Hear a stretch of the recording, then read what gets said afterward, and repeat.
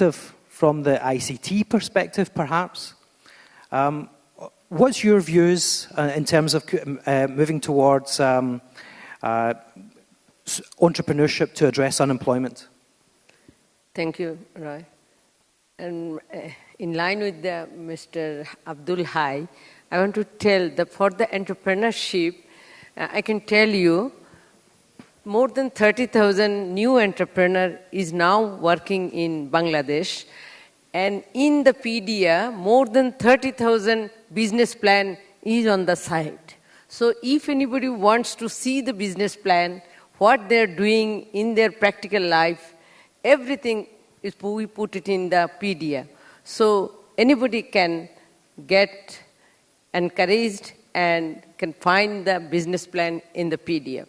Actually, here our job to manage how to smooth functioning and how to very challenging job to function, we make it easy. So for that reason, we developed two systems. Actually, it is the two application integrated in one system. So to manage, how to manage the individual new entrepreneurship program and the new entrepreneur. So two types. I just, first I want to mention the Parveen and Abdul Hai. They are managing the whole program, new entrepreneurship program. So from our side, we develop a system to manage whole system, whole program to digitize by the system. So from starting from the field level to the end user, so the monitoring side, whole are digitized. We have done this. In another aspect is the new entrepreneur, managing the new entrepreneur. Every day they are doing their business, they are generating sale, they are making business. So what we have done, all the new entrepreneurs, they are supposed to send the SMS, their business data every day in a week. So within the 3 items, they are supposed to send us the SMS, and every week our system generated automatic reports to the heads of the organizations and the top management. Professor Yunus also getting these reports, and from that reports, we can judge, or the investor can judge, how the program is running and actually how the new entrepreneur is doing his business.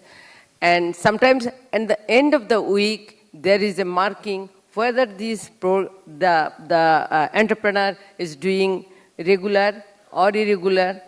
When it's a regular, then everybody is happy. His money is new entrepreneur, he is happy, he is in regular, and all the investors, they are finding my investment is in track, it is not in risk. And when it is irregular, we actually investigate in some other cases. Then really we found, if we didn't get any SMS, then they run after the field worker, run after the new entrepreneur, and then they find the real cause. So by this way, digitizing this way, we are trying to strengthen our program, and we are trying to making it successful. That's great. Thank you very much. Just a brief follow-up question. How important do you think IT literacy is in terms of supporting people in moving into employment? Actually, when we started the SMS from everyday SMS, it was a challenge for the new entrepreneur, and in the other side, the management side also. Nobody wants that the everyday SMS is very tough. It's it's not workable. And we had a series of meetings and trainings, but Professor Yunus wanted to ask the people, he wanted from his perspective, every day it should come. But when the investors and the field workers, they are working, they don't want to send SMS every day. So we had a serious meeting, and after long discussion, after 1.5 years, then all the investors and all the managers, they are come to this. They say it's needed and it should be. And in other way, the new entrepreneur, 30,000 entrepreneur, what we have done in the end of the program, what we have done, all the 30,000 people, they are acquainted with the SMS. It's a sort of the ICT awareness, and they are using this. So it's a big, I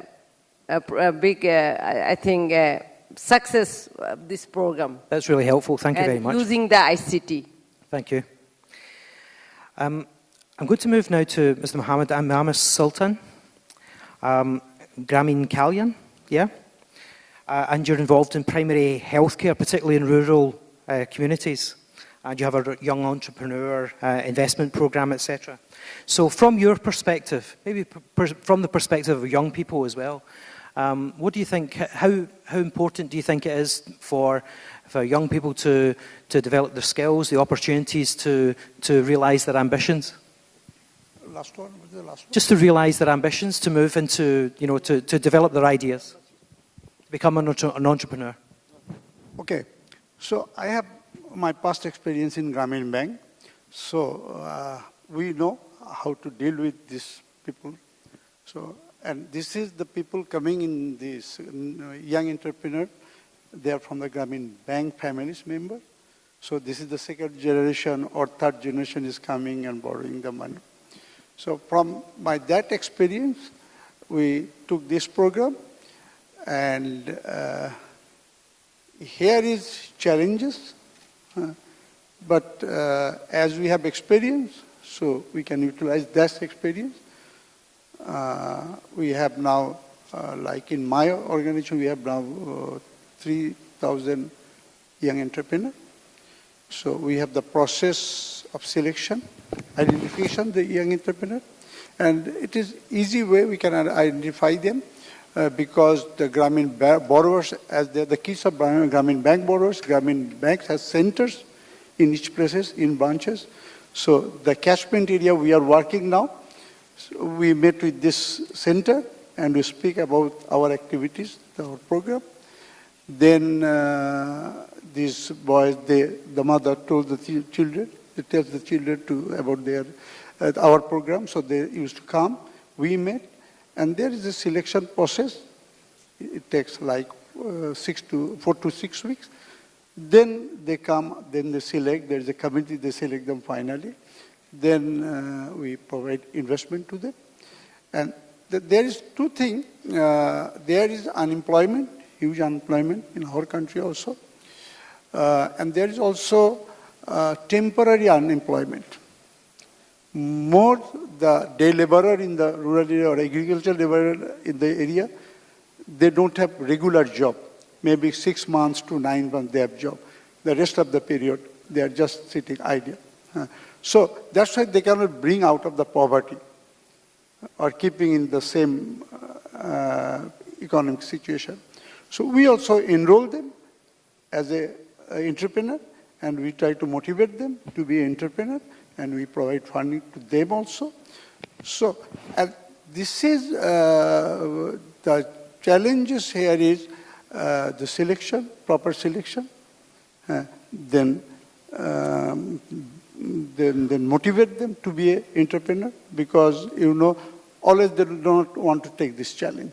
Like we don't have much educated young entrepreneur, because when they are educated, they feel the job is very secure for them. So they look after job. There are some, but it takes to motivate them so that they can come forward, they can transform them to be an entrepreneur. So that's how we are working.